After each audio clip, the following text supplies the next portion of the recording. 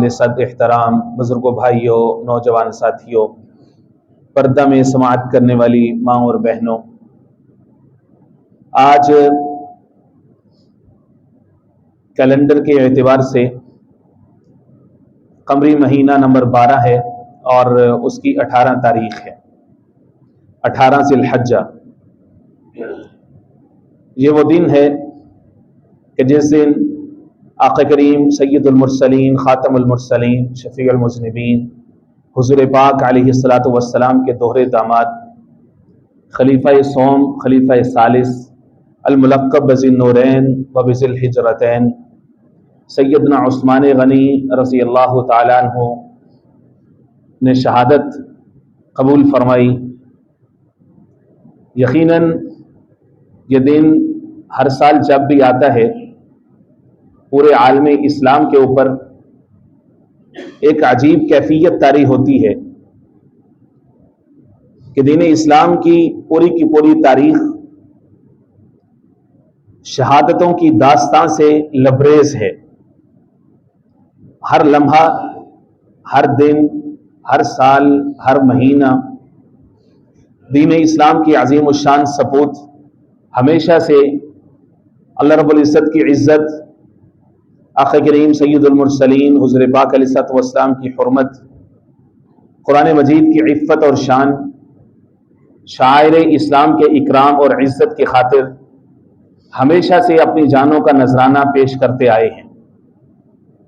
لیکن یہ جو شہادتوں کا گلدستہ ہے، یہ جو شہادتوں کا باغ ہے، اس گلشن کے اندر جناب سیدنا عثمان غنی رضی اللہ تعالیٰ عنہ کی شہادت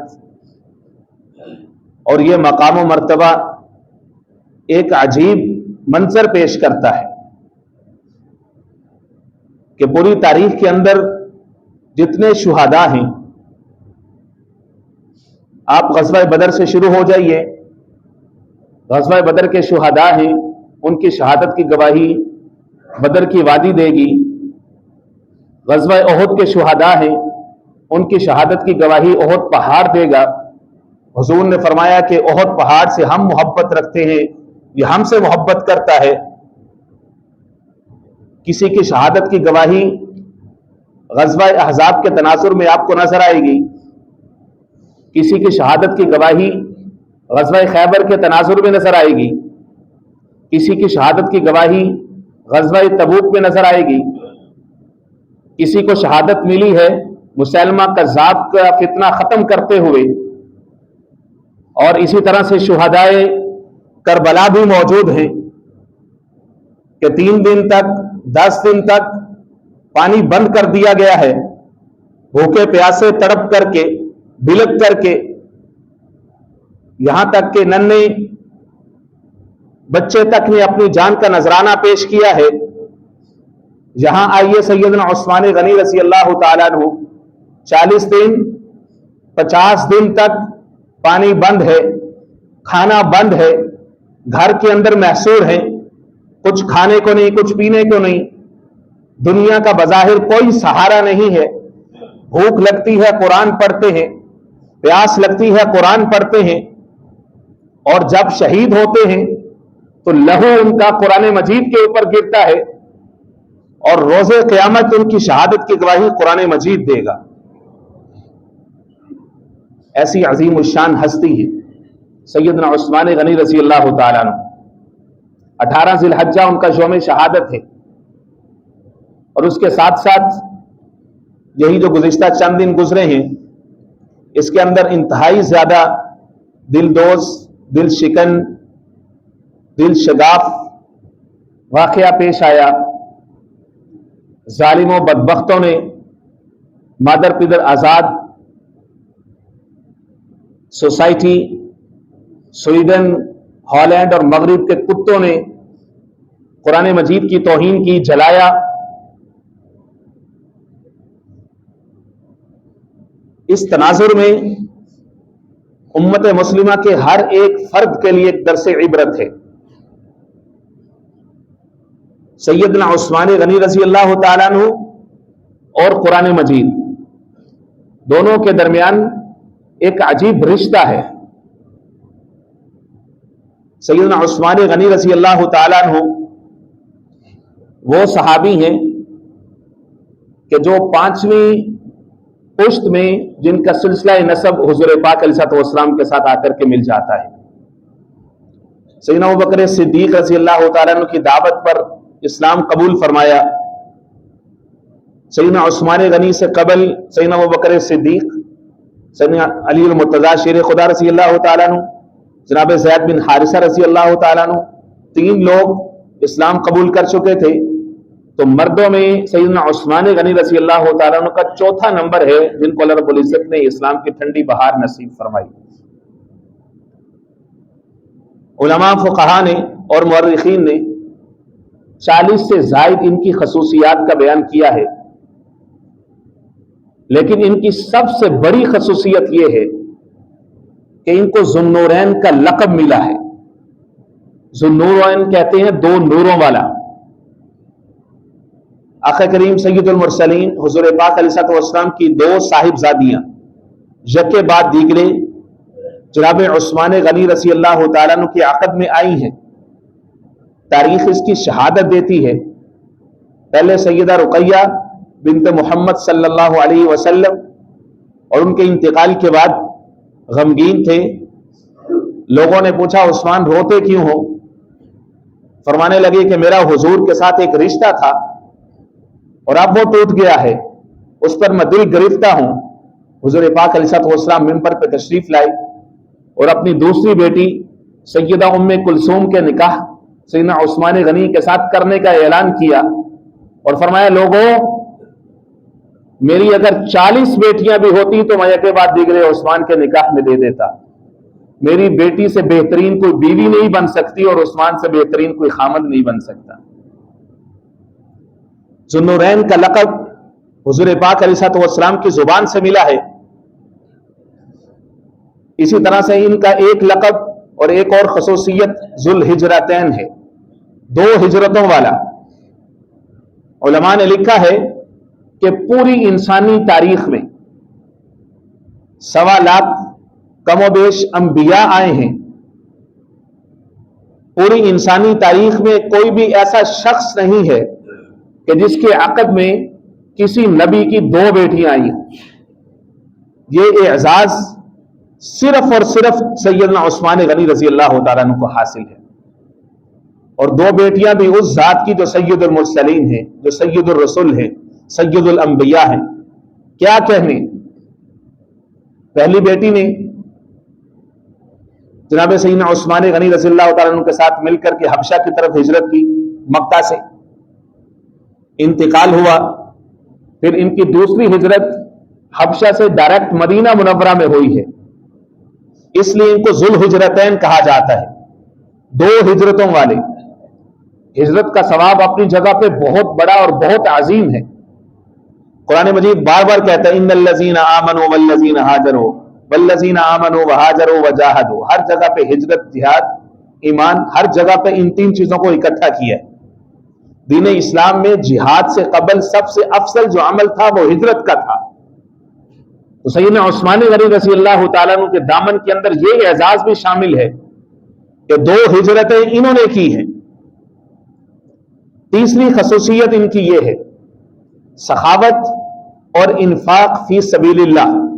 اللہ کے راستے میں خرچ کرنے کے اندر ان کا کوئی ثانی نہیں تھا. سخی عثمان جیسا کوئی سخی نہ ہوا. دین اسلام کی خدمت میں، حضور پاک علیہ السلام کی اطاعت میں ہر وقت اپنا مال و دولت نچھاور کرنے والی شخصیت عثمان غنی رضی اللہ تعالیٰ عنہ تھے. مسجد نبوی کی جگہ تنگ پڑ رہی تھی، سواریاں باندھنے کی جگہ نہیں تھی. حضور نے اعلان فرمایا کون ہے جو مسجد نبوی کی توسیع کے لیے 7 کا ٹکڑا خرید کر کے یہ خدمت کا حق ادا کرے گا. عثمان غنی رضی اللہ تعالیٰ عنہ اٹھے اور حضور نے جنت کی بشارت کے ساتھ نوازا. مدینہ منورہ کے اندر ایک کنواں تھا، بیر روما، صرف ایک میٹھے پانی کا چشمہ ایک ہی تھا، جس کا مالک غیر مسلم تھا، پانی کو بیچا کرتا تھا. مسلمانوں کے لیے تنگی تھی. حضور نے فرمایا کون ہے جو اٹھے اور بیر روما کو خرید کر کے مسلمانوں کے لیے وقف کر دے؟ میں محمد الرسول اللہ اس کو جنت کی بشارت دیتا ہوں. عثمان غنی اٹھے اور مالک کے پاس پہنچے. 35,000 دراہم کا اس زمانے کے اندر 35,000 دراہم کا کنواں خرید کر کے مسلمانوں کے لیے وقف کر دیا. وہ تو بیچا کرتا تھا، منافع کمایا کرتا تھا، لیکن عثمان نے دنیا نہیں کمائی، عثمان نے ساری زندگی جنت ہی کمائی ہے. ساری زندگی جنت ہی کمائی ہے. غزوہ تبوک کا موقع ہے، معاشی حالات بڑے سخت ہیں. حضور پاک علیہ الصلوۃ والسلام نے فرمایا کہ ہمارا لشکر اس کے پاس ہتھیاروں کی کمی ہے، زیادہ راہ کی کمی ہے، مد مقابل بہت بڑی فوج ہے. کون ہے جو اپنے مال کے ساتھ مدد کرے گا؟ عثمان غنی اٹھے، 100 گھوڑے بما ساز و سامان حضور کی خدمت میں پیش کیا. تو انہوں نے فرمایا کون ہے جو مسلمانوں کی مدد کرے گا؟ پھر اٹھے، 100 گھوڑے مزید حضور کی خدمت میں پیش کر دیے. 300 سے لے کر 1000 گھوڑوں تک کی مختلف روایات آتی ہیں، بما ساز و سامان کے مسلمانوں کے حوالے کی ہیں عثمان غنی. اونٹ الگ سے بما ساز و سامان. اتنا جگرا، اتنی سخاوت، اتنا کھلا ہاتھ، حضور کی خوشخبریوں کے اوپر ایسا ایمان، ایسا یقین، اللہ کے ساتھ ایسا سودا. حضور نے فرمایا کون ہے جو مسلمانوں کی مدد کرے گا؟ عثمان غنی پھر اٹھے، گھر پہنچے، اپنا مال تجارت اٹھایا، اشرفیاں، دینار، سونا ایک سرخ پوٹلی کے اندر موجود تھا، لائے. حضور تشریف فرما ہے، صحابہ کی محفل ہے، جیسے چاند ستاروں میں ہو. حضور علیہ الصلوۃ والسلام کی گود مبارک کے اندر عثمان غنی نے یوں اپنا مال پھینکا. یا رسول اللہ، یہ قربان، یہ آپ کے لیے، یہ مسلمانوں کی مدد کے لیے، یہ آپ کی خدمت کے لیے. حضور پاک علیہ الصلوۃ والسلام نے اس میں سے اشرفیاں نکالی. راوی فرماتے ہیں حضور پاک علیہ الصلوۃ والسلام ان اشرفیوں کو ٹٹول رہے تھے، ان کے ساتھ جیسے کھیلا جاتا ہے محبت کے ساتھ، اور ساتھ ساتھ فرما رہے ما ذرہ عثمان ای العمل بعد یوم ھذا او کما قال. فرمایا کہ آج کے بعد عثمان کو اس کا کوئی عمل نقصان نہیں پہنچا سکتا، اللہ نے اس کے لیے جنت پکی کر دی ہے. اللہ اکبر. ایسی عظیم الشان شخصیت اور ایک خصوصیت، حیا کا اعلیٰ ترین مقام حضور کی پوری امت میں جس ذات کو سب سے زیادہ ملا ہے وہ عثمان غنی رضی اللہ تعالیٰ عنہ ہے. حضور پاک علیہ الصلوۃ والسلام کا معمول مبارک یہ تھا کہ گرمی کے موسم میں ایک صحابی کا باغ تھا، اس میں حضور تشریف لے کر کے جایا کرتے تھے. کنواں یا چشمہ تھا، اس کی منڈیر پہ حضور تشریف فرما ہوتے اور اپنے قدم مبارک کو پانی کے اندر ڈال دیا کرتے تھے. ایک دن کسی نے آ کر کے دروازہ کھٹکھٹایا باغ کا. حضور پاک علیہ الصلوۃ والسلام نے فوراً دوڑایا کسی کو، پتہ چلا فَإِذَا هُوَ ابو بکر، وہ ابو بکر ہیں جو کہ دروازہ اندر آنے کی اجازت چاہتے ہیں. حضور نے فرمایا کہ اندر بھی آنے دو، اس کو جنت کی خوشخبری بھی سنا دو. وہ آئے، حضور کے دائیں طرف بیٹھ کے جیسے حضور بیٹھے تھے. تھوڑی دیر کے بعد پھر کسی نے آنے کی اجازت طلب کی. پھر دربان گیا، پوچھا کون؟ عرض کی عمر بن خطاب.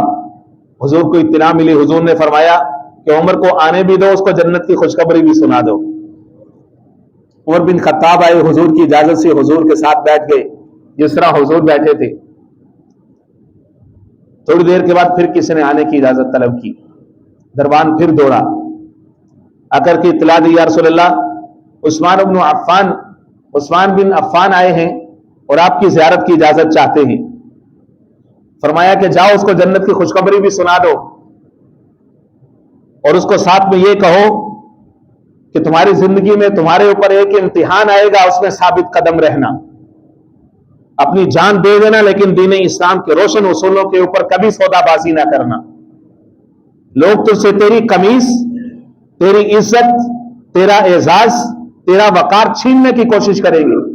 عثمان اپنا سب کچھ لٹا دینا لیکن اپنی قمیص، اپنی عزت کے اوپر سودا بازی نہ کرنا. عثمان غنی سمجھ گئے. آئے حضور کے پاس. پہلے 2 یار بھی آئے تھے. حضور پاک علیہ الصلوۃ والسلام کی پنڈلی مبارک کھلی ہوئی تھی، پانی کے اندر تھی. عثمان غنی کے آنے سے پہلے حضور پاک علیہ الصلوۃ والسلام نے اپنی چادر کے ساتھ اپنی پنڈلیوں کو ڈھانپ لیا. دربار نے عرض کی، صحابی رسول نے عرض کی، یا رسول اللہ، آئے تو ابو بکر بھی تھے، آئے تو عمر فاروق بھی تھے، لیکن آپ ویسے ہی بیٹھے رہے، آپ کی پنڈلیاں کھلی تھی. عثمان کے آتے ہی آپ نے اپنی پنڈلیوں کو چھپا لیا، ڈھانپ لیا. ایسا کیوں کیا؟ حضور پاک علیہ الصلوۃ والسلام نے فرمایا، الا انا استحیی، کیا میں ایسے شخص سے حیا نہ کروں تستحیی بہ الملائکہ، جس سے آسمان کے فرشتے بھی حیا کرتے. عرش بری تے چرچا عثمان با حیادہ. ایسی عظیم الشان شخصیت، ایسا اعزاز کہ حضور خود فرمائیں، ان لکل نبی رفیق. لوگوں، ہر نبی کا ایک رفیق ہوتا ہے، ہر نبی کا ایک دوست ہوتا ہے، ایک یار ہوتا ہے. ورفیقی فی الجنت عثمان، اور جنت میں میرا یار، میرا دوست، میرا رفیق عثمان ہوگا. ایک جنازہ لایا گیا. حضور کو اطلاع ملی. عرض کی کہ حضور آ کر کے جنازہ پڑھا دیجئے، امامت فرمائیے. حضور گئے. حضور کو پتا چلا کہ یہ فلاں ابن فلاں ہے. اطلاع ملی. حضور نے فرمایا کہ اما انا فلا اصلی علیہ، اس شخص کا جنازہ میں نہیں پڑھاؤں گا کیونکہ اس کے سینے میں عثمان غنی کا بغض تھا. یہ منافق ہے، اس کے سینے میں میرے عثمان کا بغض ہے، اس کو عثمان غنی سے تکلیف تھی، میں محمد الرسول اللہ اس کا جنازہ نہیں پڑھاتا، اس کے لیے دعائے مغفرت نہیں کرتا.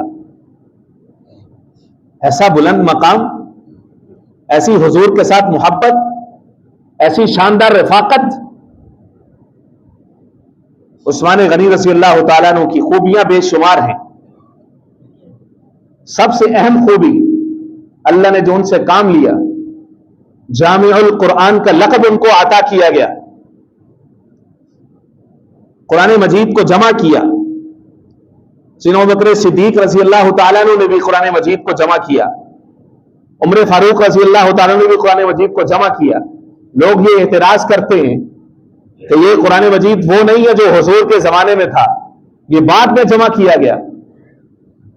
ارے ظالموں، تم قرآن مجید کی ہسٹری تو دیکھو، عرب کی تاریخ اور کلچر تم نے دیکھا نہیں، حضور کے زمانے کا نظم تم نے پڑھا نہیں.